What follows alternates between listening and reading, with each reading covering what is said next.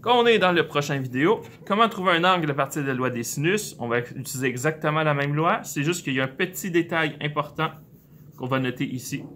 Vous allez voir. Donc, déterminer la mesure de l'angle Q.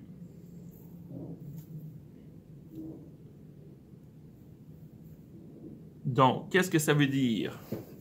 Avec la loi des sinus, si je dis que ça c'est A, ça c'est l'angle A, donc ça serait mon petit B, l'angle B. Donc j'ai A sur sin de A égale à B sur sin de B. Ça veut donc dire que 13.01 sur sin. Et là, eux veulent l'angle Q, on va dire que je l'appelle θ, ok? Sur sin de θ égale B, 11.82 sur sinus de 64.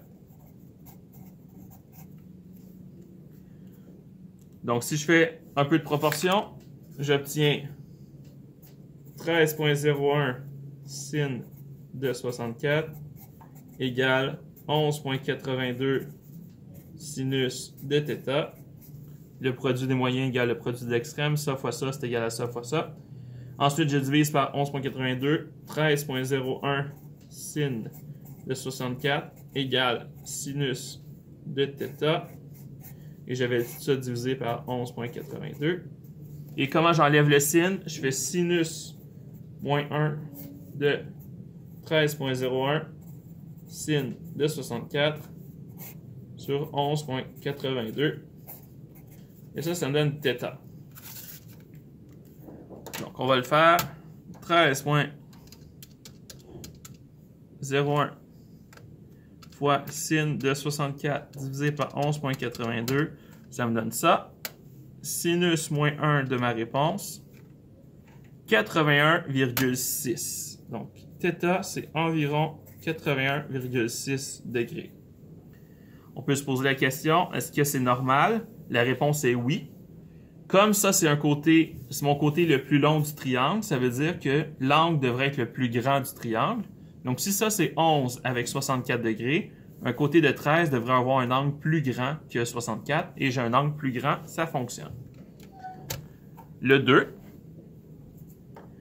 l'angle Z. Donc, si j'appelle ça A, angle A, et si j'appelle ça B, côté B. Donc, j'ai A sur sin de A égale B sur sin de B.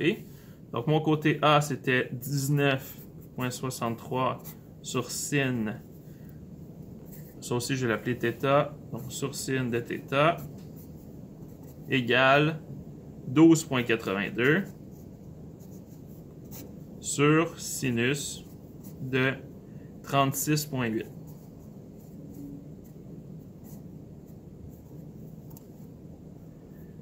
Donc, encore une fois, je peux faire des proportions. 19.63 fois sin de 36,8 est égal à 12.82 fois sin de θ. Je vais diviser par 12.82. 19.63 fois sin de 36.8 sur 12.82 est égal à sin de θ. Et pour avoir mon angle θ, je fais sin moins 1. Donc sin moins 1 de 19.63 fois sin de 36.8 sur 12.82 égale pas sin égale θ, ce qui va me donner environ, donc 19.63 fois sin de 36 divisé par 12.82. Ça me donne 0.91. Et là, je fais sin moins 1 de cette réponse. Oh! J'obtiens un angle de 66,52 degrés. est-ce que cet angle, qui est un angle obtus, c'est possible que ça donne 66 degrés? Non. Puis là, tout le monde est triste, puis tout le monde se dit « Oh non! J'ai raté mon problème! » Faux. On n'a pas raté. Parce que les sinus ont un cas particulier. OK? Donc ça, c'est super important que vous compreniez ça. Cas particulier de l'angle obtus avec la loi des sinus. Quand on calcule la mesure d'un angle avec la loi des sinus, il est bien important de regarder si l'angle est aigu ou obtus. S'il est obtus, tu dois faire 180 moins ton angle égale le vrai angle. Pourquoi? Son test, là, sin de 30 degrés, ça donne combien? Sin de 30, 0,5. 180 moins 30. 180 moins 30 me donne 150. Sin de 150 degrés, ça me donne combien? Oh! 0,5.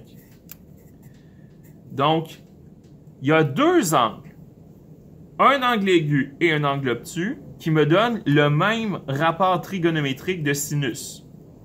Donc, comme quand on fait sin moins 1, quand on fait sin moins 1 sur votre calculatrice, là, vous êtes en train de demander à votre calculatrice, « Calculatrice, quel angle me donnerait le rapport 0,5 quand je ferais un sinus? » Et là, on voit que ce serait un angle de 30.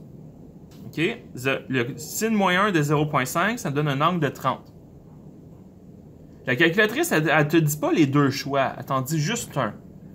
C'est un peu comme la racine carrée. Quand vous faites racine carrée de 25, la calculatrice te dit 5, mais toi, avec ton cerveau intelligent, tu dois te dire « Oh, mais moins 5 est une réponse aussi, parce que moins 5 fois moins 5, ça donne 25. » Donc, c'est un peu la même chose avec les sines. Quand vous faites sin moins 1 de quelque chose, et que vous obtenez un nombre, ça va être l'angle aigu que vous obtenez.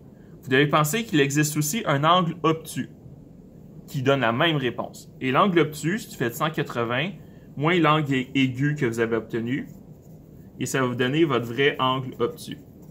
Donc ici, on a eu un angle aigu. Notre réponse était censée être un angle obtus. Qu'est-ce qu'on fait? 180 moins 66,52 va me donner la vraie réponse.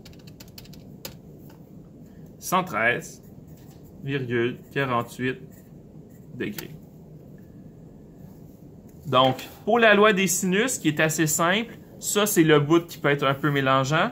C'est important de comprendre qu'un sinus, un angle aigu et un angle obtus peuvent donner la même réponse. Donc, il faut savoir lequel des deux va être notre bonne réponse à nous.